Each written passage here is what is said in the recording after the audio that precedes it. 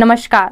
प्राचीन समय के ऋषि मुनि भगवान का दर्शन प्राप्त करने के लिए कई हजारों वर्षों तक एक पैर पर खड़े होकर तपस्या किया करते थे कि भगवान केवल उन्हें एक बार दर्शन दे दें और भगवान का दर्शन प्राप्त करने के बाद वे भगवान से अपना वरदान मांग लें।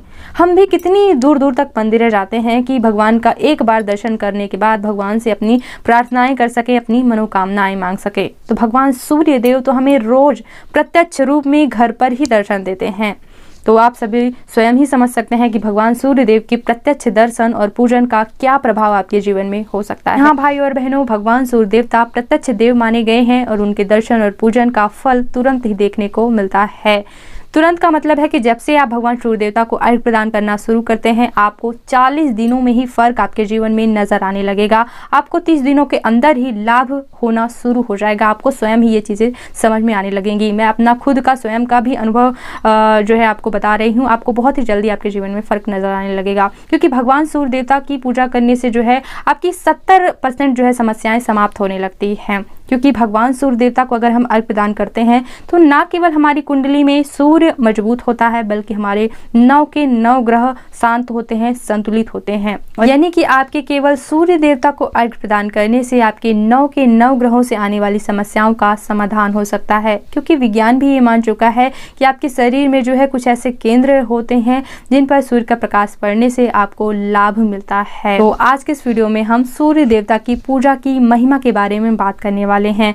साथ ही मैं बताने वाली हूँ कि भगवान सूर्य देवता को अर्घ्य प्रदान कैसे करना चाहिए, क्या विधि होती है, क्या मुद्रा होती है, सारी चीज़ों के बारे में विस्तृत रूप से आज के इस वीडियो में चर्चा करेंगे। तो नमस्कार, मैं हूँ प्रियंका तिवारी। मेरे चैनल में आप सभी का बहुत बहुत स्वागत है। वीडियो शुरू करने से पहले कहना चाहूँगी, अगर वीडियो पसंद आता है तो प्लीज़ चैनल को सब्सक्राइब कर लीजिएगा ताकि इसी तरह के वीडियोज़ आपको मिलते रहें।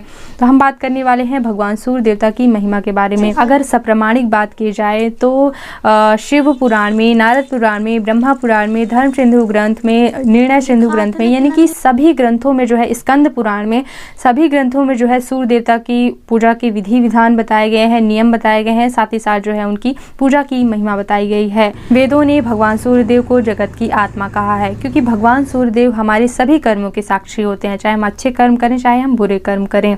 स्कंद पुराण में तो यहाँ तक कहा गया है कि भगवान सूर्य देवता को अर्घ्य प्रदान किए बिना भोजन करना भी पाप है।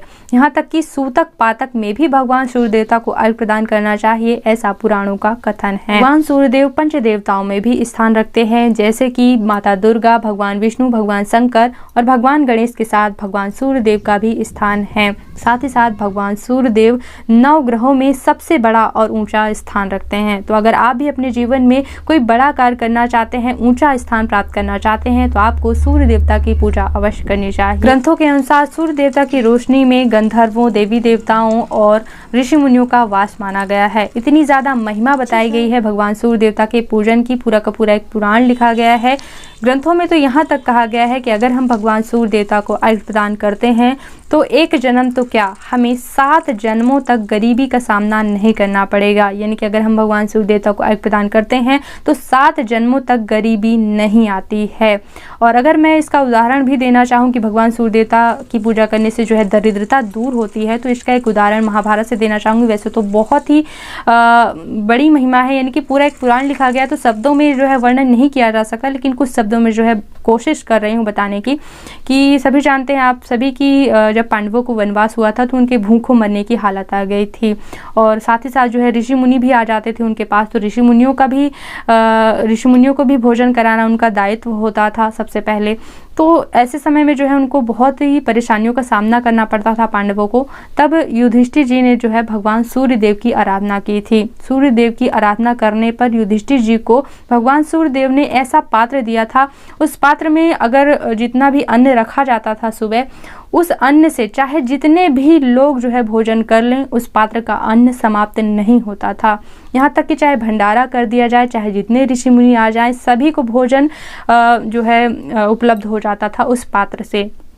और सबसे अंत में जब द्रौपदी उस पात्र से जो है भोजन ग्रहण कर लेती थी, तभी उस पात्र का अन्न जो है समाप्त होता था। और न केवल भगवान सूर्य देवता की पूजा करने से गरीबी दूर होती है, बल्कि सभी मनोकामनाएं पूरी होती हैं।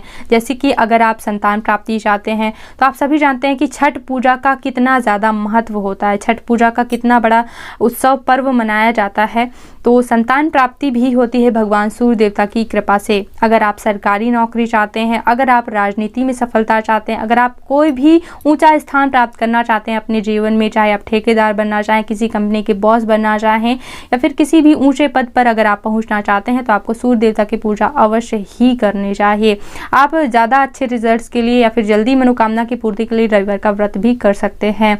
इतना ही नहीं, अकाल मृत्यु का निवारण होता है। अगर आपकी कुंडली में ऐसा कुछ है, अकाल मृत्यु का संकट है, आपको डर है, तो अकाल मृत्यु का निवारण होता है भगवान सूर्य देवता की पूजा करने से। कुष्ठ रोग यानी कि त्वचा के सभी रोग समाप्त होते हैं, आंखों की रोशनी बढ़ती है। इतना ही नहीं, भगवान सूर्य देवता की पूजा करने से आपके अंदर आत्मविश्वास बढ़ता है, आपके अंदर सभी को अपनी बातों से प्रभावित करने की क्षमता आती है। अगर आप किसी इंटरव्यू में सफलता चाहते हैं, या फिर अगर आपका ऐसा कोई काम है जिससे आप अपनी बातों से सभी को प्रभावित करना चाहते हैं, तो आपको सूर्य देवता की पूजा अवश्य ही करना चाहिए। क्योंकि सूर्य देवता की पूजा करने से न केवल आत्मविश्वास बढ़ता है, बल्कि आपकी आभा में वो चमक उत्पन्न होती है, आपके व्यक्तित्व में वो सूर्य सत तेज उत्पन्न होता है। आपके अंदर सभी को अपनी ओर आकर्षित करने की, अपनी बातों में खींच लेने की जो है क्षमता आ जाती है। साथ ही साथ आपके सौंदर्य में भी वृद्धि होती है, क्योंकि सभी कुष्ठ रोग या त्वचा रोगों की समाप्ति तो होती है, आपके सौंदर्य में भी निखार आता है।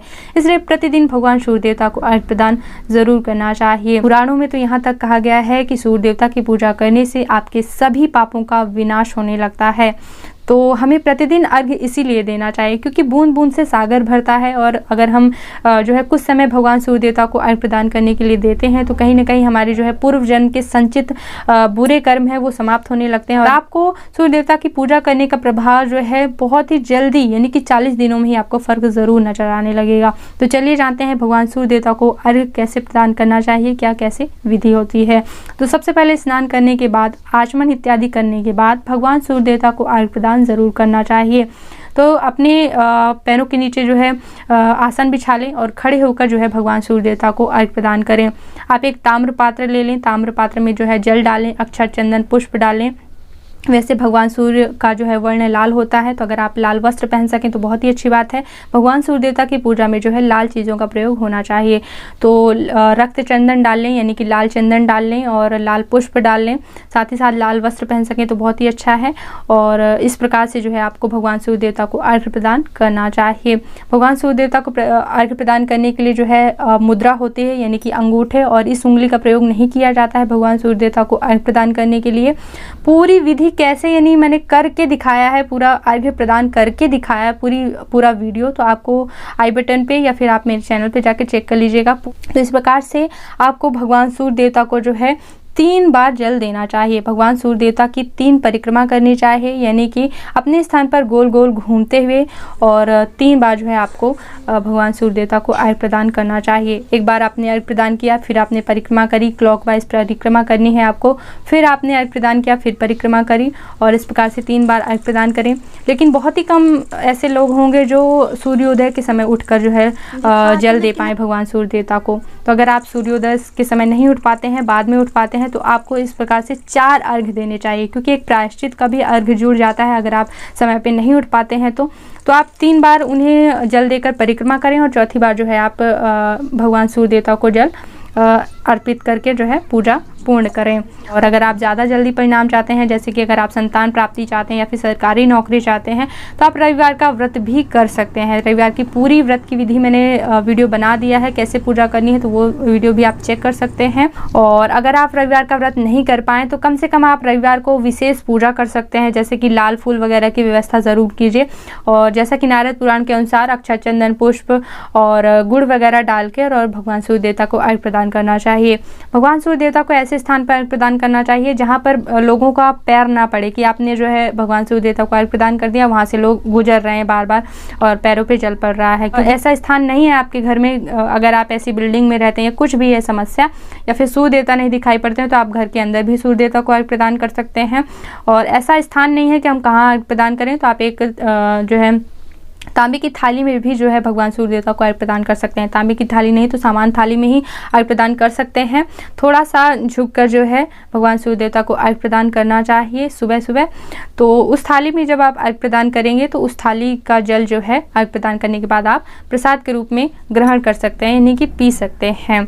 और अगर मिला लेंगे तो फिर आप नहीं पी पाएंगे, तो आप सादे जल से जो है भगवान सूर्य देवता को अर्घ्य प्रदान कर सकते हैं और उसे ग्रहण कर सकते हैं। प्रकार से भगवान सूर्य देवता को अर्घ्य प्रदान जरूर करना चाहिए। एक और बात यह है कि जैसे कि हम अन्य ग्रहों की पूजा जब करते हैं जबकि वो ग्रह कमजोर होते हैं, या फिर अगर कोई ग्रह मजबूत हुआ तो हम उसकी पूजा थोड़ा कम करते हैं कि जिससे और ज़्यादा मजबूत ना हो जाए, तो अन्य ग्रहों को दबा ना दे। लेकिन सूर्य देवता की पूजा की स्थिति में ऐसा नहीं है। सूर्य ग्रह आपका भले ही मजबूत हो आपकी कुंडली में, फिर भी आप सूर्य देवता को अर्घ्य प्रदान कर सकते हैं। प्राचीन समय से ऋषि मुनि जो है अर्घ्य प्रदान करते आए हैं और आपको लाभ और भी ज़्यादा अवश्य ही मिलेगा। उम्मीद करते हैं ये वीडियो आपके लिए उपयोगी रहा होगा। सूर्य देवता की पूरी पूजा विधि देखने के लिए, या फिर अगर आप कोई व्रत करते हैं, पूर्णमासी, प्रदोष, एकादशी, कोई भी वार संबंधित व्रत करते हैं, व्रत की पूजा विधि देखने के लिए एक बार मेरे चैनल पे ज़रूर आएँ। अगर आप कोई ग्रंथ पढ़ना चाहते हैं, जो भी मैं ग्रंथों से पढ़ती हूँ, कोई जानकारी मुझे मिलती है तो आपसे शेयर करती रहती हूँ, तो एक बार मेरे चैनल को चेक ज़रूर करें। और अगर अभी तक आपने हमारा चैनल सब्सक्राइब नहीं किया है तो प्लीज़ इसे सब्सक्राइब कर लें, बेल आइकॉन पर प्रेस कर लेंगे तो मेरे आने वाले वीडियोज़ के नोटिफिकेशन आपके पास पहुँचते रहेंगे।